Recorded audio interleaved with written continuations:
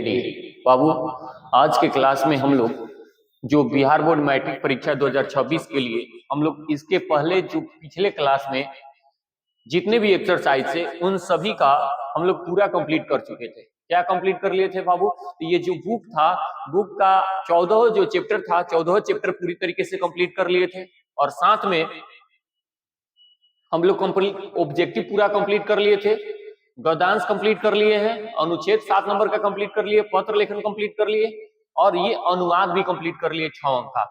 आज का अंतिम क्लास के रूप में ये संस्कृत का जो लास्ट क्लास था बाबू हम लोग का 16 अंक का ये कंप्लीट करना रह गया। ठीक है, तो हम लोग का ये जो सब्जेक्टिव है 16 अंक का ये कंप्लीट रह गया लघु। यहाँ से कंप्लीट होने के बाद आपका 100% जो मार्क्स है यानी 100 नंबर मार्क्स का हम पूरा कंप्लीट करा देंगे। तो ये आपका संस्कृत का जो क्लास है ये लघु उत्तरीय यानी यहाँ से हम लोग पूरा सब्जेक्टिव क्वेश्चन करेंगे। क्या करेंगे बाबू? Subjective question, line by line हर एक सब्जेक्टिव क्वेश्चन को समझना है और आपको अच्छे से याद कर लेना है ताकि एग्जाम के लिए बहुत वेरी इंपॉर्टेंट है। ठीक है, चैप्टर से रिलेटेड पूरा चैप्टर का है। ठीक है, जो कि जाएगा। ठीक है, आपको सोचने की कोई बात नहीं, एकदम पूरी तरीके से 16 मार्क्स आज रख लीजिए आपका है। ये 16 नंबर किसका? आपका है। ठीक है, तो चलिए समझते हैं हम लोग फटाफट। चलिए क्या है बाबू? तो लघु उत्तरीय प्रश्न देखिए कितना नंबर का आने वाला है, यहाँ से 16 नंबर का, 16 अंक का आने वाला है। ठीक है, चलिए स्टार्टिंग चैप्टर मंगलम से स्टार्ट करते हैं। फर्स्ट चैप्टर क्या है? मंगलम।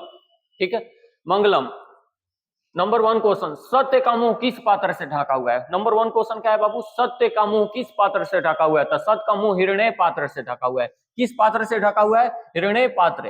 हिरण्य में पात्र से ढका हुआ है, हिरण्य में पात्र से ढका हुआ है। क्लियर है? नदियां क्या छोड़कर समुद्र में विलीन हो जाती है? नदियां क्या छोड़कर के समुद्र में विलीन हो जाती है? तो नाम रूप छोड़कर। क्या विलीन हो जाती है बाबू? नाम रूप छोड़कर समुद्र में विलीन हो जाती है। नदियां क्या छोड़कर के समुद्र में विलीन हो जाती है? तो नाम और अपना रूप छोड़कर के क्या हो जाती है बाबू? समुद्र में विलीन हो जाती है। क्लियर है? अगला, उपनिषद को आध्यात्मिक ग्रंथ क्यों कहा जाता है? उपनिषद को आध्यात्मिक ग्रंथ क्यों कहा जाता है? नेक्स्ट क्या है? कितना क्वेश्चन हुआ? 2 है ना, 2 क्वेश्चन हुआ। तीसरा next question number 2, line by line हर एक क्वेश्चन को समझना है, याद कर लेना है। ठीक है, चलिए क्वेश्चन नंबर 3 के पास आते हैं हम लोग। 2 तक हो गया। मंगलम पाठ के आधार पर सत्य की महत्व पर प्रकाश डाले।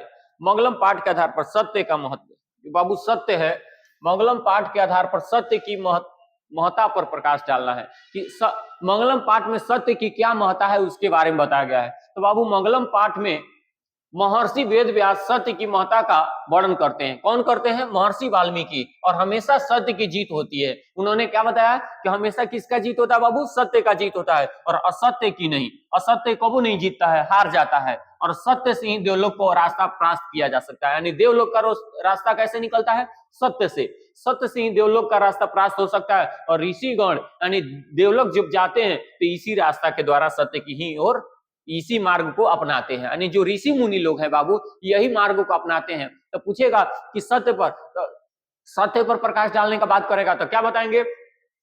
तो कहेंगे कि इसमें जो बाबू महर्षि वाल्मीकि हैं, जो महर्षि वाल्मीकि हैं ये क्या कहते हैं? इनका महर्षि वेद व्यास है। कौन है? महर्षि वेद व्यास है। ये सत्य के महत्ता पर वर्णन करते हुए कहते हैं कि हमेशा सत्य ही जीतता है। कौन जीतता है? हमेशा सत्य ही जीतता है और सत्य से ही असत्य नहीं जीता।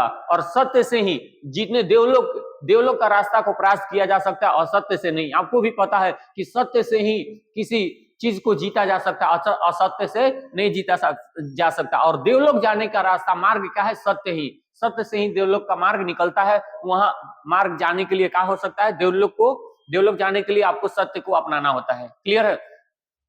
मंगलम पाठ के आधार पर आत्मा की विशेषता बताइए। मंगलम पाठ के आधार पर आत्मा क्या होता है बाबू? आत्मा की विशेषता बताना है। आत्मा क्या है? तो मंगलम पाठ में संकलित कोठोपनिषद के रूप में कोठोपनिषद के मंत्र में महर्षि वेद व्यास कहते हैं कि प्राणियों के हृदय रूपी गुफा में, प्राणियों के बाबू हृदय रूपी, पूछेगा कहां से? कोठोपनिषद मंत्र में लिखा गया है कि प्राणियों के हृदय रूपी गुफा में आत्मा बंद रहती है। प्राणियों का जो हृदय रूपी गुफा है वहां कौन बंद रहता है बाबू? आत्मा बंद रहता है। ठीक है, और आत्मा सूक्ष्म से सूक्ष्म और महान से भी महान है। आत्मा क्या है?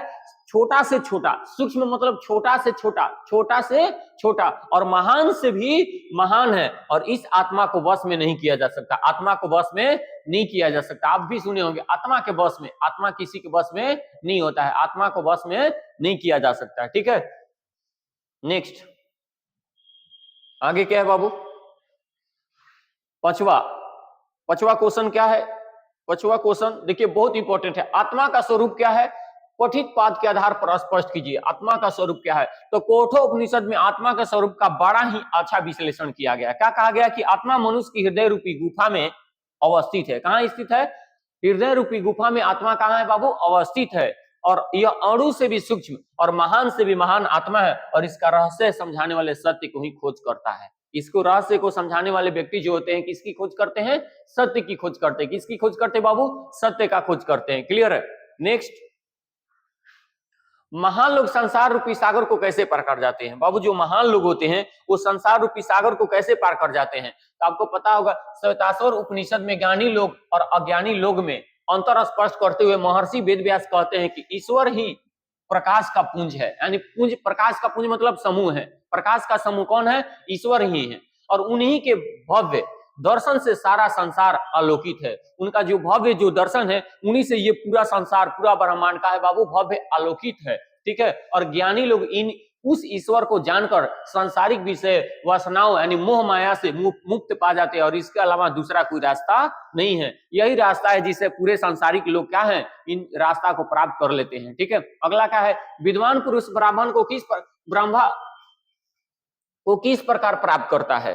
तो बाबू जो विद्वान लोग होते हैं, इसमें कौन से उपनिषद में बात किया गया? तो मुंडकोपनिषद में। मुंडकोपनिषद में महर्षि वेदव्यास का कहना है कि जिस प्रकार बहती हुई नदी अपना नाम और रूप अर्थात व्यक्तित्व को मिल जाके पुरुष होते हैं अपने पुरुषत्व को प्राप्त करने के लिए अपने नाम और रूप अर्थात अपने व्यक्तित्व को ईश्वर को प्राप्त कर लेते हैं, यानी ब्रह्मा को प्राप्त कर लेते हैं।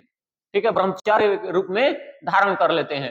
यानी जो आप देखोगे कि जो नदियां हैं, बहुत सारी नदियां जाकर के समुद्र में विलीन हो जाती हैं। बहुत सारी नदियां अपना नाम रूप को छोड़ करके समुद्र में विलीन हो जाती है।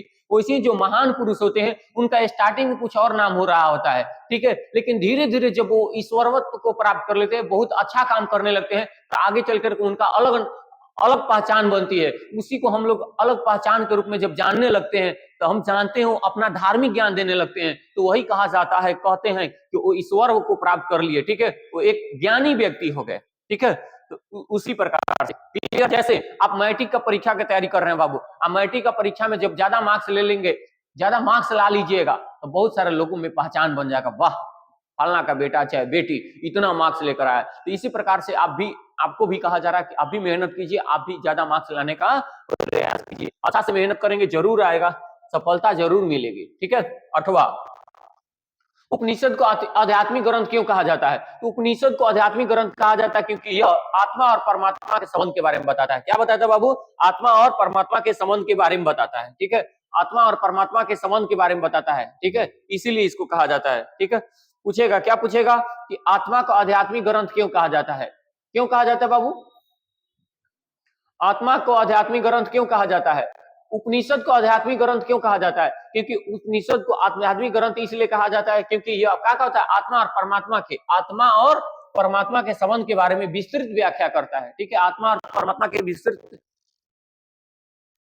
संपूर्ण संसार में शांति स्थापित करते हैं। जो भगवान होते बाबू वो पूरे संसार में क्या करते हैं? शांति स्थापित करते हैं। और सभी लोग, सभी तपस्वी परम लक्ष्य को, परमात्मा को प्राप्त करना ही चाहते हैं, करना ही है। यानी जितने लोग हैं वो सब चाहते हैं कि परम परमात्मा से भेंट हो, परम परमात्मा को प्राप्त करना चाहते हैं और उनमें समाहित होना चाहते हैं। क्लियर है? नेक्स्ट, नदी और विद्वान में क्या समानता है? बहुत इंपॉर्टेंट सवाल है। नदी और विद्वान में बहुत बार सवाल आया है, नदी और विद्वान में क्या समानता है? तो जिस प्रकार बहती हुई नदी अपने नाम और रूप को छोड़कर त्याग कर समुद्र में मिल जाती है, उसी प्रकार जो विद्वान पुरुष है अपने नाम रूप को छोड़कर क्या हो जाती है बाबू? ईश्वर को प्राप्त कर लेते हैं, बिना ईश्वर में मिल जाते हैं। ठीक है, क्या कर लेते हैं? ईश्वर को प्राप्त कर लेते हैं। तो पूछेगा नदी और विद्वान में क्या समानता है? तो जिस प्रकार बहती हुई नदियां नाम रूप छोड़ करके क्या हो जाती है? समुद्र में विलीन हो जाती है, उसी प्रकार जो विद्वान पुरुष होते हैं अपना नाम रूप को छोड़ करके क्या कर लेते हैं? ईश्वर को प्राप्त कर लेते हैं, परमात्मा को प्राप्त कर लेते हैं। क्लियर है? नेक्स्ट आगे चैप्टर नंबर 2 बाबू आ गया। चैप्टर नंबर 2 पाटलिपुत्र के मुख्य दर्शन स्थलों का उल्लेख कीजिए। यानी पटना में कौन कौन सा मुख्य दर्शन स्थल है? तो पटना का मुख्य दर्शन स्थल संग्रहालय हो गया, संग्रहालय हो गया, उच्च न्यायालय हो गया, सचिवालय है, गोलघर है, तारामंडल है, जैविक उद्यान है, मौर्यकालीन अवशेष हो गया, महावीर मंदिर हो गया, गुरुद्वारा इत्यादि, यानी जिसको हम कहते हैं क्या बाबू? पटना साहिब। ये सब चीजें बहुत वहां फेमस जगह है। ठीक है, आज तो और भी बहुत सारा चीजें डेवलपमेंट हो रहा है, तो पटना का स्थल में बताना होगा। तो ये तो पाटलिपुत्र शब्द कैसे बना, ये भी ध्यान रखिए, बहुत इंपॉर्टेंट सवाल है। पाटलिपुत्र शब्द कैसे बना? ठीक है, तो पाटलिपुत्र शब्द पाटल पुष्पों के नाम से बना, पुष्पों के नाम पर आधार पर। मैंने बताया था कि बाबू जो पटना था, पटना गंगा नदी के किनारे बहुत सारे पुष्पों की क्यारियां होती थी, बहुत सारे फूल पेड़ पौधे होते थे, बहुत सारे फूल। ठीक है, फूलों के क्यारियों के नाम के आधार पर धीरे धीरे कुसुम पड़ा, कुसुमपुर पड़ा, कुसुमपुर या कुसुमपुर, इसी के आधार पर उसका नाम चेंजेस होते गया, परिवर्तित हो गया। तो पाटल पुष्पों के नाम से आधार पर रखा गया। और ऐसा पुतलिका रचना में वर्णित है। पुतलिका जो एक किताब है बाबू, उसमें इसके बारे में रखा गया। और पाटलिग्राम ही आगे चल करके पाटलिपुत्र नाम से क्या हुआ? फेमस हुआ, प्रसिद्ध हुआ। और कुछ प्राचीन संस्कृत ग्रंथों एवं पुराणों में पाटलिपुत्र का दूसरा नाम कुसुमपुर या कुसुमपुर भी मिलता है। समझ जाइए, बहुत सारे पुराणों ग्रंथों में देखा गया तो उसमें पटना का नाम जो था कुसुमपुर या कुसुमपुर भी मिला हुआ है। तो इस प्रकार से पटना का नाम क्या है बाबू? प्रसिद्ध हुआ। क्लियर है? आगे बढ़ते हैं। ये नाम प्रसिद्ध है। सिख संप्रदाय के लोगों के लिए पटना नगर क्यों महत्वपूर्ण अथवा पटना का गुरुद्वारा किसके लिए और क्यों प्रसिद्ध है, इन 3 वाक्यों में उत्तर दें। तो याद होगा बाबू, पटना के सिख गुरु संप्रदाय के लोगों का पटना नगर बहुत महत्वपूर्ण है, क्योंकि यहाँ के उनके 10वें गुरु, सिखों के 10वें गुरु, सिखों के कौन से गुरु बाबू? 10वें गुरु, गुरु गोविंद सिंह का जन्म यही है, पटना में हुआ था, जन्म यही हुआ था। और वह असल गुरुद्वारा के नाम से जाना जाता है, या हम पटना साहिब के नाम से जानते हैं। क्लियर है? पटना साहिब के नाम से जानते हैं, पटना के रूप में। यहाँ पर ये सिखों के 10वें गुरु कौन थे? गुरु गोविंद सिंह, गुरु गोविंद सिंह। पटना, प्राचीन ग्रंथ में पटना का कौन सा नाम मिलते हैं? प्राचीन ग्रंथ में, तो प्राचीन ग्रंथ में पटना का नाम देखिए बाबू, ये बहुत कुसुमपुर मिलता है, कुसुमपुर मिलता है, और पाटलिपुत्र इत्यादि, ये सब नाम बहुत फेमस है। ठीक है, तो पूछेगा कि जो पटना का प्रसिद्ध नाम है, जो प्राचीन ग्रंथों में कौन कौन मिलता है, तो कौन बताएंगे बाबू? कुसुमपुर और पाटलिपुत्र बताएंगे। क्लियर है? चलिए आगे बढ़ते हैं बाबू, आगे बढ़ते हैं हम लोग।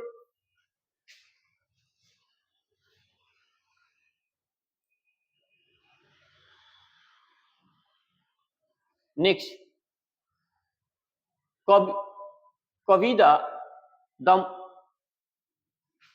कवि दामोदर गुप्त के अनुसार पाटलिपुत्र कैसा नगर है? जो कवि दामोदर गुप्त हैं बाबू, इनके अनुसार पटना नगर कैसा, अथवा दामोदर गुप्त ने पटना के संबंध में क्या लिखा है, क्या बताया है? तो कवि दामोदर गुप्त ने कहा इनके अनुसार कि पाटलिपुत्र पृथ्वी का तिलक है। पृथ्वी का क्या है बाबू?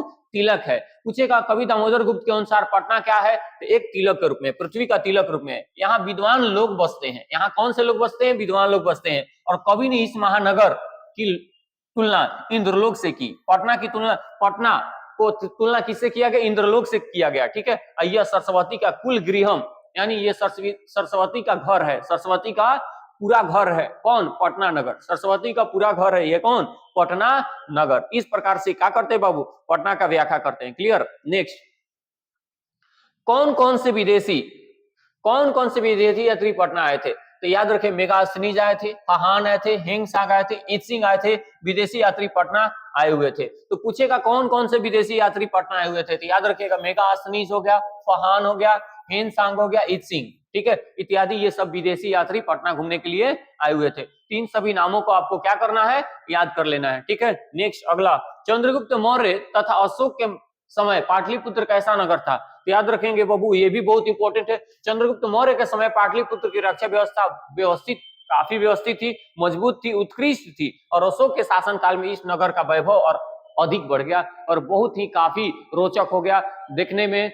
रक्षा व्यवस्था सब चीज बहुत काफी डेवलपमेंट हो गया, तो बहुत ही सुंदर हो गया, दिखने में अच्छा हो गया। और ये पटना नगर कैसा होगा बाबू? समृद्ध हो गया। ठीक है, पाटलिपुत्र के प्राचीन महोत्सव का वर्णन करें। यानी जो पटना में बाबू प्राचीन महोत्सव मनाया जाता था, कोमोदू महोत्सव, तो पाटलिपुत्र में शरद काल में कमोदू महोत्सव मनाया जाता था। पूछेगा पटना में प्राचीन काल में कौन सा महोत्सव मनाया जाता? कमोदू महोत्सव। बड़ी धूमधाम से मनाया जाता था और सभी नगरवासी आनंद मग्न हो जाते थे, आनंद मग्न हो जाते थे, खुशियां मनाते थे। और इस समारोह का विशेष प्रचलन गुप्त वंश के शासन काल में था। ये कौन से वंश में ज्यादा मनाया जाता था? तो गुप्त वंश के शासन काल में। ठीक है, आजकल जिस तरह दुर्गा पूजा मनाई जाती है उसी प्रकार से प्राचीन काल में कमोदू महोत्सव मनाया जाता था। आज हमारे यहाँ दुर्गा पूजा हम लोग एकदम धूमधाम से बड़ा बड़ा पंडाल बनाकर, तरह तरह की चीजें बनाकर एकदम अच्छे तरीके से एंजॉय करते हैं। उसी प्रकार से बाबू पटना में उस समय प्राचीन काल में क्या मनाया जाता था? कमोदू महोत्सव। कमोदू महोत्सव ये सबसे ज्यादा कब से चलता है? तो गुप्त वंश से। कौन से वंश से? गुप्त वंश। क्लियर है? नेक्स्ट आगे राजशेखर ने पटना के संबंध में क्या लिखा? तो राजशेखर ने पटना के बारे में काव्य मीमांसा, कौन से में? काव्य मीमांसा में लिखा है कि कौन? अब याद रख, काव्य मीमांसा का लेखक राजशेखर। ठीक है, पाटलिपुत्र शिक्षा का एक प्राचीन केंद्र था। यहाँ अनेक संस्कृत विद्वान हुए, यहाँ पर अनेक संस्कृत विद्वान हुए बाबू। और यहाँ पाणि, देखिए कौन व्यक्ति? पाणि, पिंगल, व्यांडी या वरुचि और पतंजलि जैसे ख्याति पाई थी। ठीक है, इन इतने महान महान लोगों ने अपना ख्याति पाया और ये आज पूरे दुनिया में फेमस है। पाणि हो गए, पिंगल हो गए, व्यांडी हो गए या वरुचि हो गए या पतंजलि हो गए, ये सभी लोग। क्लियर है? तो ये सभी विद्वान पुरुष भी, इन सभी लोगों का भी जन्म पटना में हुआ। क्लियर है? आगे भगवान बुद्ध ने पाटलिग्राम के बारे में क्या कहा था? भगवान बुद्ध ने पाटलिपुत्र के बारे में क्या कहा था बाबू? भगवान बुद्ध प्राचीन काल में अनेक बार पाटलिपुत्र ग्राम आए थे, बहुत बार आए थे, घूमने के लिए आए थे, पटना नदी के किनारे आए थे। ठीक है, यहाँ आकर इस गांव के महत्व को बढ़ाया। गांव का जो महत्व था, बहुत ही काफी शोभा यात्रा लोग देखने में भी, और यहाँ गांव के लोग बहुत आकृष्ट हुए। ठीक है, और उसी समय उन्होंने कहा था, जब आए थे वहां पर, बार बार आते थे घूमने के लिए, जब आए थे बाबू तो इन्होंने कहा था कि यह गांव एक दिन महान नगर होगा। क्या कहा था पटना को? यह गांव एक दिन का होगा, महान नगर के रूप में होगा।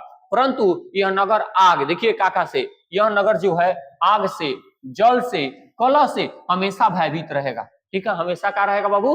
भयभीत रहेगा, कोई ना कोई समस्या बनी रहेगी। तो इस प्रकार से इन्होंने एक बात अपना, एक आकाशवाणी अपना बताया था, ये अपने मन से। ठीक है, इस प्रकार से। क्लियर है? चलिए नेक्स्ट आगे बढ़ते हैं। Question number 11। Question number 11, Patna में कमोदू महोत्सव कब मनाया जाता था? पटना में कमोदू महोत्सव कब मनाया जाता था? चलिए समझते हैं बाबू, पटना में कमोदू महोत्सव कब मनाया जाता था? ठीक है, बहुत इंपॉर्टेंट है पटना में कमोदू महोत्सव। ठीक है, नेक्स्ट आगे बढ़ते हैं। पटना में कमोदू महोत्सव कब मनाया जाता था? तो कब बाबू? शरद काल में।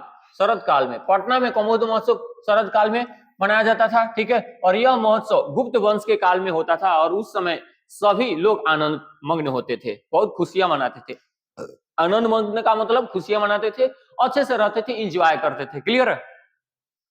नेक्स्ट अगला आलस कथा चैप्टर से बाबू, चैप्टर नंबर 3 आलस कथा। आलस कथा चैप्टर नंबर 3। पहला क्वेश्चन, आलस कथा से क्या शिक्षा मिलती है? आलस कथा चैप्टर से बाबू आपको क्या शिक्षा मिलती है? क्या तो मैथिली कवि कौन थे बाबू? विद्यापति द्वारा रचित आलसियों के, कौन? आलसियों के माध्यम से शिक्षा दी गई कि उनका भरण पोषण करुणाशीलों के अर्थात दैवानों के बिना संभव नहीं है। आलसी काम नहीं करते, ऐसा स्थिति में कोई दैवान ही उनकी व्याख्या, उनकी व्यवस्था करते हैं। यानी आलसी, इस चैप्टर से यही शिक्षा मिलती है कि बाबू जो आलसी होंगे, आलसियों की रक्षा वही कर सकता है जो दैवान व्यक्ति होगा, जो दान देने में निपुण होगा। ठीक है, और आलस से ये भी शिक्षा मिलती है कि हमें आलस नहीं करनी चाहिए। आलस करने से क्या होगा? आप खुद बर्बाद हो जाएंगे। इससे क्या होगा कि आपका हर एक चीज चौपट हो जाएगा, आप खत्म हो जाएंगे। ठीक है, इसीलिए आलस करना जरूरी नहीं है। ठीक है, आलस करेंगे बर्बाद हो जाएंगे, खत्म हो जाएंगे। तो इन चीजों पर ध्यान देंगे। अगर करियर बनाना है, अपने आप को बेहतर बनाना चाहते हैं तो ईमानदारी से मेहनत कीजिए और अपने पथों पर बढ़ते रहिए। ठीक है, तो इस प्रकार से ये जरूरी है। ठीक ना?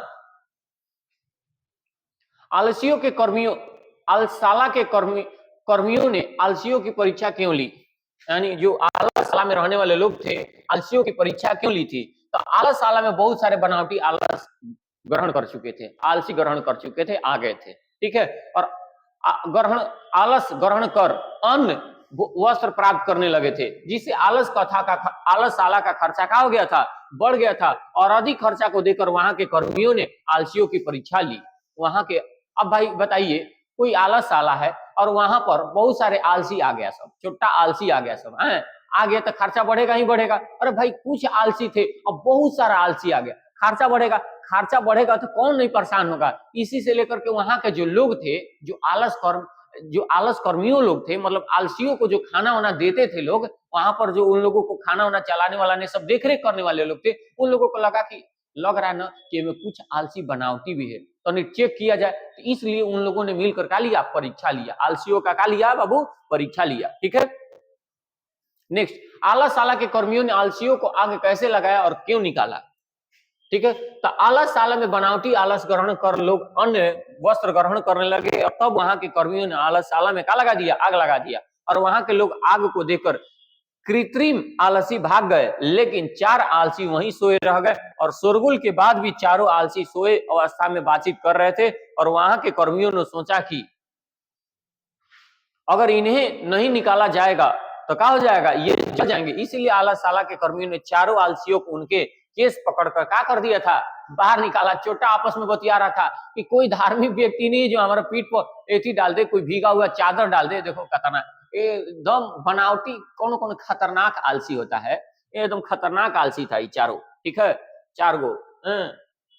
नेक्स्ट, आलस में आग लगने पर क्या हुआ, आलस में आग लगने पर क्या हुआ। तो आलस में आग लगने पर सभी धूर्त आलसी तथा कृत्रिम आलसी वाले भाग गए, लेकिन 4 आलसी सोए रह गए और आपस में बात कर रहे थे। और फैली आग को देखकर नियोगी पुरुष को दया आ गया, और उन लोगों ने सोचा कि अगर इन सभी को न हटाया जाए, इन सभी को न हटाया जाए तो युद्ध छोटा क्या हो जाएगा, जल जाएगा। इसीलिए कि एक व्यक्ति ने जा करके क्या किया, उनका झोटा पकड़ के कहा, छोटा कहीं के चलो यहाँ से, जल जाएगा ना जी।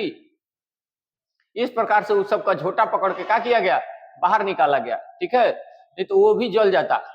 इन्हें नहीं निकाला जाए तो जल जाएंगे। तब उन लोगों ने चारों आलसियों को बाल पकड़कर क्या हुआ, बाहर निकाला गया। बाहर निकाला गया इसलिए क्यों निकाला गया, नहीं तो वो जल जाएगा। ठीक है, अब तो कृत्रिम आलसी आइए गया था, अब क्या किया जा सकता था। चलिए आगे नेक्स्ट पढ़ते हैं बाबू।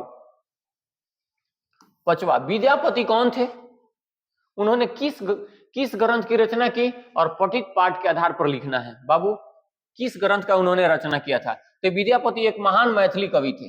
कैसा कवि थे, महान मैथिली कवि और लेखक थे। इन्होंने पुरुष परीक्षा नामक ग्रंथ से, कौन से, पुरुष परीक्षा नामक ग्रंथ की रचना किया था, और संस्कृत भाषा में लिखित पुरुष परीक्षा में कथा रूप में अनेक मानवीय गुणों का महत्व का वर्णन किया था। मानवीय जो गुण होते हैं बाबू, उन सभी को उनके बारे में वहां लिखा हुआ था, तथा उनके दोषों को निराकरण के लिए शिक्षा दी गई। और विद्यापति लोकप्रिय मैथिली कवि थे, वे संस्कृत ग्रंथों के रचयिता भी थे। इनकी रचना क्या है, इनकी रचना मैथिली विषयों के साथ साथ संस्कृत विषयों में भी अत्यधिक है।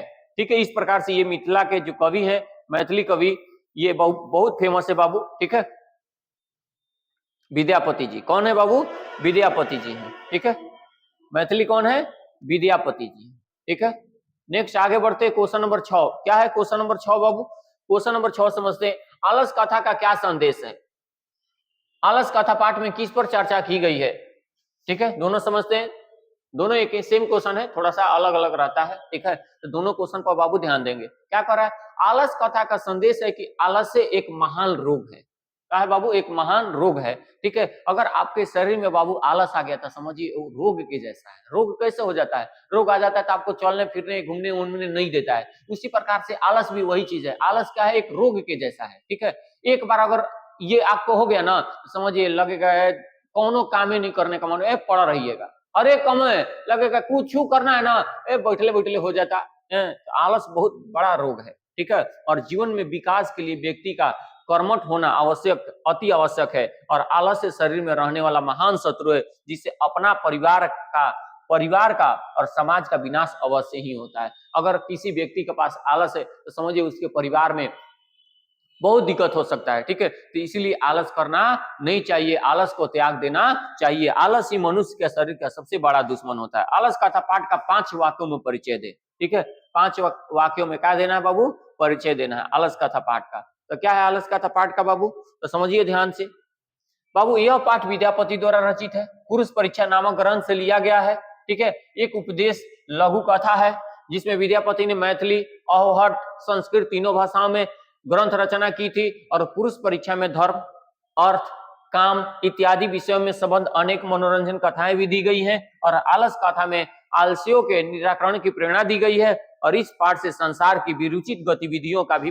परिचय मिलता है कि संसार में कैसे लोग रहते हैं, उनकी क्या अपनी अपनी एक पहचान है और कैसे आलसी लोग भी आलस करते हैं, उनमें क्या क्या दोष होता है, उनका निराकरण की बात की गई है। ओके, नेक्स्ट, चारों आलसियों के वार्तालाप को अपने शब्दों में लिखे, यानी चारों जो आलसी था, जो चोटा आपस में बतिया रहा था, उसके बारे में बात करना है कि चोटा क्या बतिया रहा था आपस में। तो चारों आलसियों के वार्तालाप को अपने शब्दों में लिख सकते हैं। क्या है, तो चारों आलसी नीचे ही अपने आलसपन को सिद्ध कर रहे थे, यानी दिखा रहे थे, चोटा बैठे बैठे घर में दिखा रहा था कि हम लोग कितना आलसी हैं, ये पता चल करना चाह रहा था। और एक मुंह ने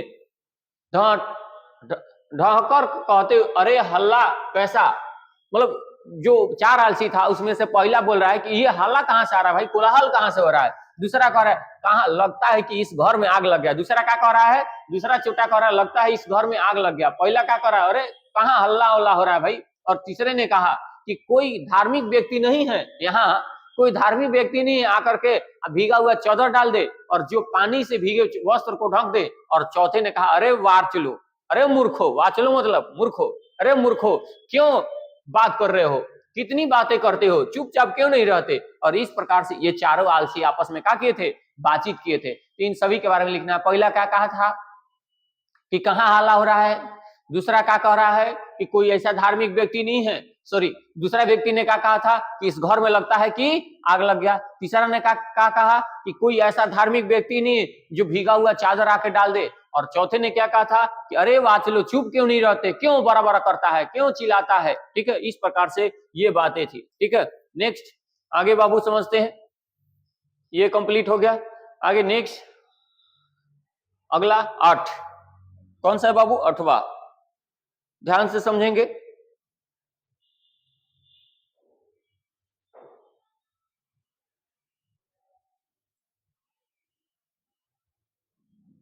नेक्स्ट चलिए समझते हैं बाबू, क्या कर रहा 8वां, विद्यापति कौन थे, उन्होंने किस ग्रंथ की रचना की थी और आलस कथा में किसकी कहानी है, 6 वाक्यों में लिखे। ठीक है, बहुत इंपॉर्टेंट है। विद्यापति एक महान मैथिली कवि, एक लेखक थे बाबू। उन्होंने पुरुष परीक्षा नामक ग्रंथ की रचना की और संस्कृत भाषा में लिखित पुरुष परीक्षा में कथा रूप में अनेक मानवीय गुणों का महत्व का वर्णन करते हैं और दोष के निराकरण के लिए शिक्षा दी गई है। और विद्यापति एक लोकप्रिय मैथिली कवि हैं। कैसे कवि हैं बाबू, लोकप्रिय मैथिली कवि थे और यह संस्कृत ग्रंथों के रचयिता हैं। किसके, संस्कृत ग्रंथों के रचयिता हैं। इनकी ख्याति संस्कृत विषयों में अत्यधिक है। संस्कृत विषय में क्या है बाबू, अत्यधिक है, बहुत ही फेमस कवि हैं, संस्कृत के ही कवि हैं। ठीक है, तो संस्कृत में इन्होंने बहुत सारा ख्याति भी पाई है। अगला चैप्टर है संस्कृत साहित्य, चैप्टर नंबर 4, कौन सा है बाबू, चैप्टर नंबर 4 है संस्कृत साहित्य। ठीक है, समझते हैं। क्वेश्चन नंबर, उपनिषद में महिलाओं के योगदान का उल्लेख करें, यानी बहुत सारी महिलाओं का भी उपनिषद में योगदान है। क्या है, तो बिरधारणो को उपनिषद में यज्ञवालय की पत्नी मैत्री, यज्ञवालय की पत्नी कौन है बाबू, मैत्री की दर्शन रुचि का वर्णन है।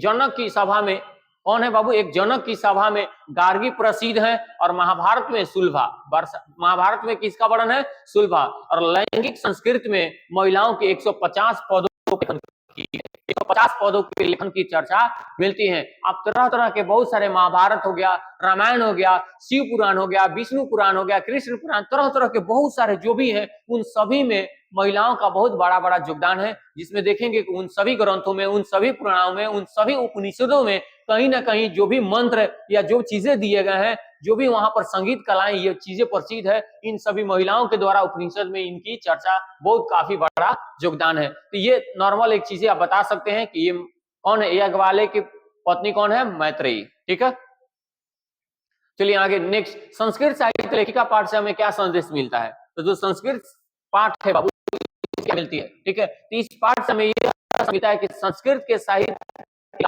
महिलाओं का क्या योगदान है और संस्कृत भाषा के समृद्ध में पुरुषों का क्या पुरुषों के समान महिलाएं भी चलती रही हैं और वैदिक युग में आधुनिक समय तक ऋषिकाएं, कवित्रियां, लेखिकाएं आदि भी काफी योगदान दिया। यानी इससे यही पुरुष संस्कृत साहित्य लेखिका से यही पता चलता है कि कितनी महिलाएं एक्टिव थी, कितनी महिलाओं का योगदान है और कितने पुरुषों का योगदान है। इससे यही स्पष्ट होता है कि कितनी महिलाएं एक्टिव थी, मतलब उनका क्या योगदान था और कितनी पुरुषों का योगदान था, वो पुरुषों के समान थी या नहीं थी। इस टाइप से इन सभी चीजों में इनमें संस्कृत साहित्य लेखिका में इनका योगदान के बारे में वर्णन किया गया है। क्लियर है। विजयनगर राज्य में संस्कृत भाषा की क्या स्थिति थी? जो विजयनगर साम्राज्य था बाबू, वहां पर संस्कृत भाषा की क्या स्थिति? कुछ तीन वाक्यों में उत्तर थे। तो विजय सम्राट जो संस्कृत भाषा के संरक्षण के लिए किए गए प्रयास बहुत ही सराहनीय है और उनके अंतःपुर में संस्कृत रचना में कुशल रानियां भी, महारानियां विजय भट्टारिका, कौन उनकी जो रानियां थी, कौन? विजय भट्टारिका ने बहुत सारे संस्कृत साहित्य की भी रचना की थी। तो याद रखिएगा, जो विजयनगर की महारानी थी, कौन? विजय भट्टारिका, उन्होंने भी संस्कृत में बहुत बड़ा योगदान दिया था और बहुत सारे संस्कृत साहित्य की रचना भी किया था। क्लियर है। नेक्स्ट आगे समझते। संस्कृत में पंडित छामाराव के योगदान के बारे में पूछेगा। संस्कृत में किसके बारे में? पंडित छामाराव। संस्कृत में बाबू पंडित छामाराव जो संस्कृत साहित्य में आधुनिक समय के लेखकों का पंडित छामाराव अति प्रसिद्ध है और शंकर चरित्र तम उनकी अनुपम रचना है। शंकर चरित्रम बाबू उनकी अनुपम और गांधी दर्शन से प्रभावित होकर उन्होंने सत्याग्रह, गीता और मीरा लहरी, कथा मुक्तवाली और ग्राम ज्योति और विचित्र परिषद यात्रा आदि रचनाएं भी की। इन्होंने बहुत सारे किताबें, बहुत सारे संग्रह भी इन्होंने किया और आगे चल करके बहुत सारे फेमस। तो पूछेगा कि पंडित छामाराव के योगदान के बारे में, तो आप ये सभी बता देंगे। क्लियर है। नेक्स्ट आगे बढ़ते हैं बाबू।